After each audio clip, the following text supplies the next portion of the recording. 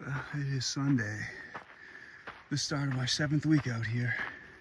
It's pretty late, like just after 7, so the latest I've left camp in a while. I woke up at 3:15, and the women who tented near me told me they'd have an alarm going off at 4:30. I jokingly, playfully asked them to play the alarm for me so I could hear it, and it was like wind chimes. I would never hear it. At 3:15, I just made the decision that I needed sleep, and I think I woke up at 5, like 4:45, and just lay around for a little bit, sipping coffee, and started breaking down camp. I could have probably been out of camp at like 6:30, but there were people there from the Trail Magic and hikers getting dropped off. I sat down and mixed another coffee, got some colder water out of the cooler, and petted Hera one last time, my new best friend. And now we're back on the trail. I kind of knew last night, and I kind of felt this morning. As excited as I am to get to Kennedy Meadows South, I don't know if it was the Trail Magics the last 2 nights, just not really knowing what's in between Walker Pass and Kennedy Meadows South. It's just 10 sites, and the water's still pretty far out, far and few between. So I don't know, I have a little bit more miles to hike than I thought I would have to, so I don't think I can really do it in 2 days. I'm not feeling that, so just low motivation. If I was smarter, I would have had high motivation to get some of this climbing I'm going to have to do done before the sun comes up, but kind of the same thing as yesterday, just a little later. So I just think I'm going to get to Kennedy Meadows Tuesday, and how early and how late in the morning. Depends upon how much actual hiking I do today and tomorrow, and if I get motivated. Right now, it's hard to say it because I feel like I am motivated to get to Kennedy Meadows South. I want to be there, I want to rest there, but I was just tired last night and tired this morning. All the other hikers who were more motivated than me.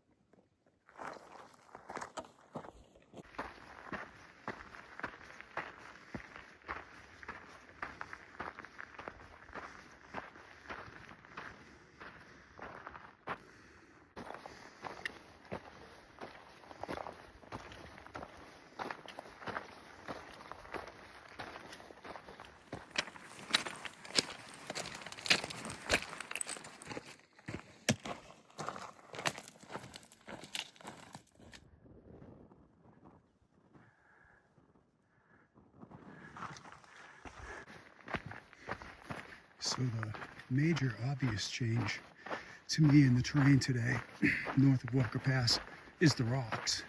But even with as much rock there is on the trail, there's a lot of loose dirt.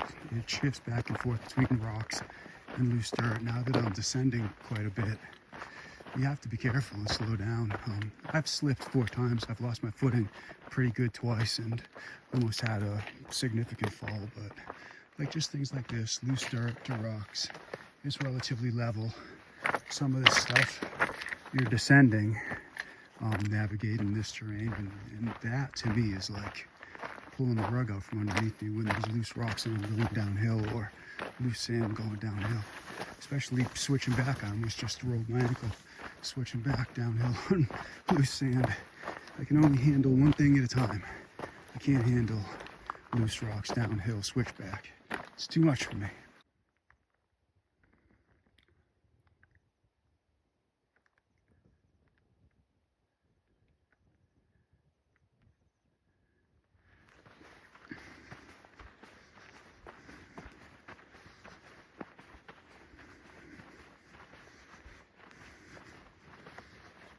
I'm planning to push about 3 more miles today, carrying 4 liters of water, which is more water than I want to carry. It's 8.8 pounds of water about, and that's fine. I'll wake up with 2 liters. I'll use about 2 liters in camp tonight, and I'll be 8 miles from the water source. Tomorrow, the first water source. And then I'll have 30 miles to the road into Kennedy Meadows South. So whether I end up doing 20, 22, 24, or whatever I do tomorrow, just subtract that from 30, and that's the change that I'll have left to walk into Kennedy Meadows on Tuesday mornings.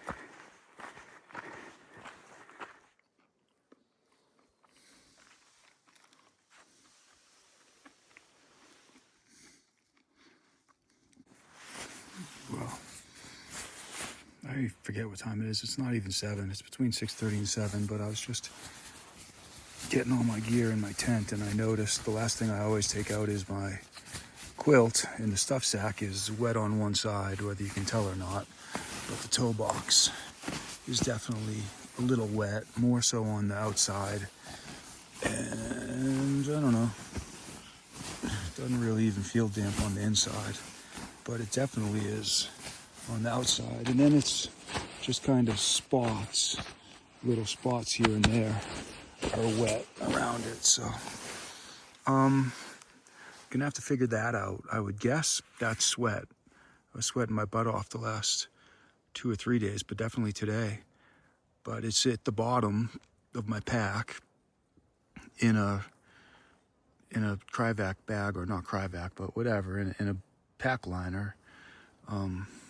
So I'm guessing there's a hole in that bag, and sweat was seeping into the bottom, and in the very bottom is where the stuff sack got wet and the quilt got wet. But I'll have to figure that out. This is the first time that's ever happened.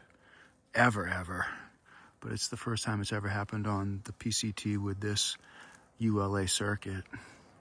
So we'll see. I'll investigate the stuff, the bag liner, and see if it's got a hole in it. It's dried quite a bit, just being out of the bag in a short period of time. There was a small hole in the bag, and I could feel moisture inside the bag. It's weird. I don't quite understand it, but I'm gonna switch bags for now, see if it happens tomorrow. And at Kennedy Meadows, I'll get a new bag if I can, because this would be a bigger deal on a colder night at elevation in the Sierra. It's dry now, but it's not even going to be that cold tonight.